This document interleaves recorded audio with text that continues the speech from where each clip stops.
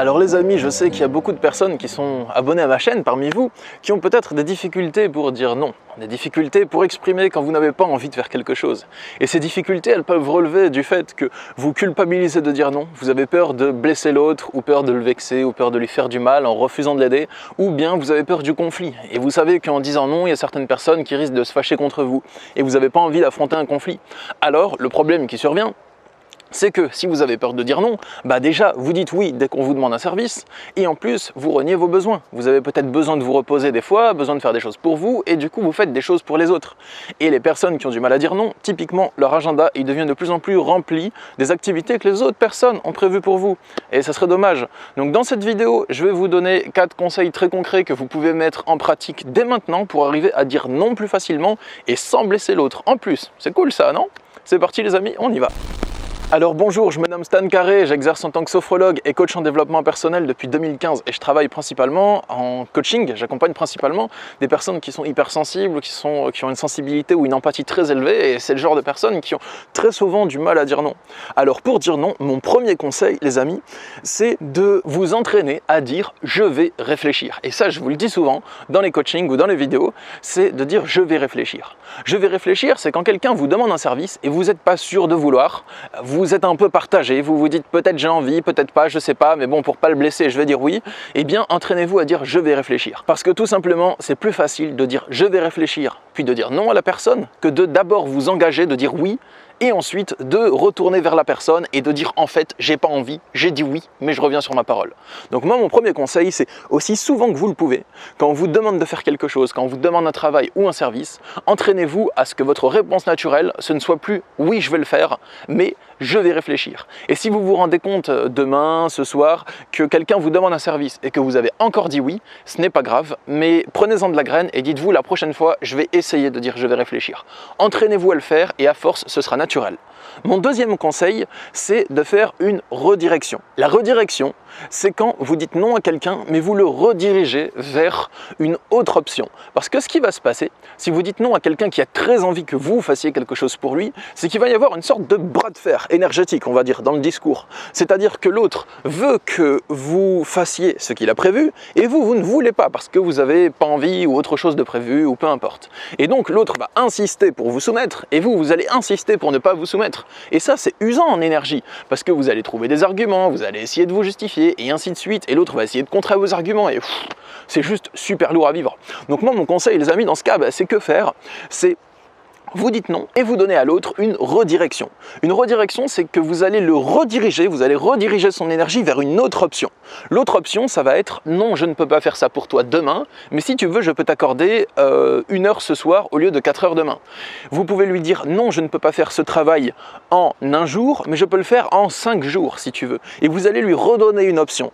Ou bien vous pouvez donner une autre redirection qui ne dépend pas de vous. Par exemple, admettons qu'il y a un membre de votre famille qui vous demande tout le temps de faire ses démarches administratives.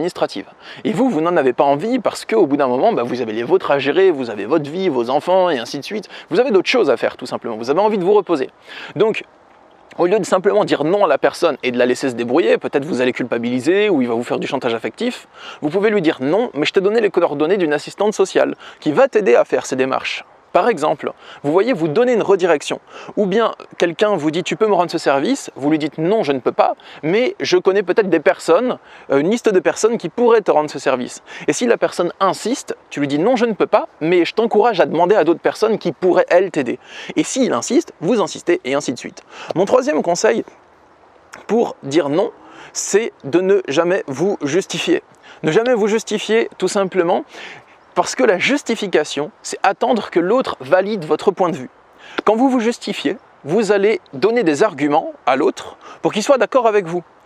Et si l'autre n'est pas d'accord avec vous, il va pouvoir contrer vos arguments. Si vous lui dites par exemple « je ne peux pas t'aider à déménager demain », parce que demain je dois déjà faire quelque chose pour ma grand-mère. Et vous lui dites ouais mais si tu veux, écoute, viens je t'aide à faire ton truc pour ta grand-mère et comme ça tu seras libre pour m'aider à déménager.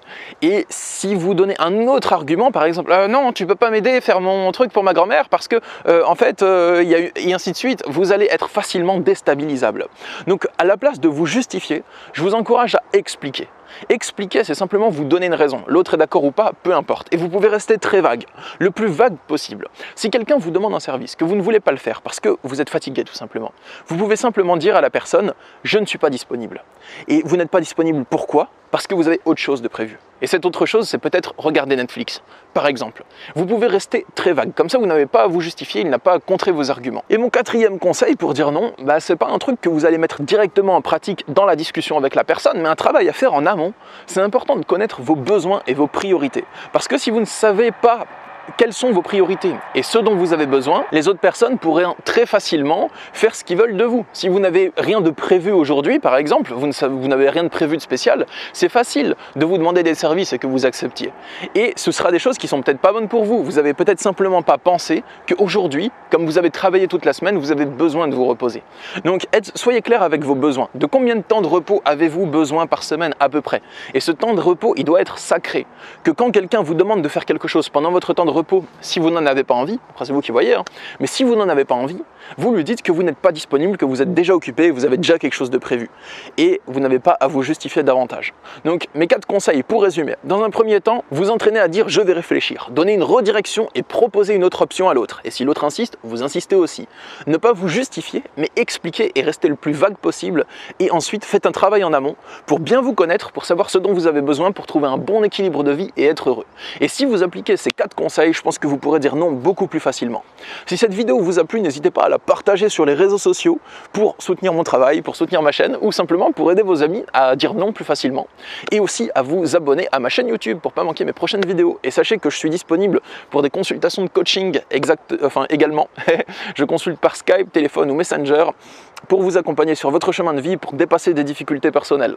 Sur ce, je vous souhaite une bonne journée, prenez soin de vous et à bientôt. Au revoir.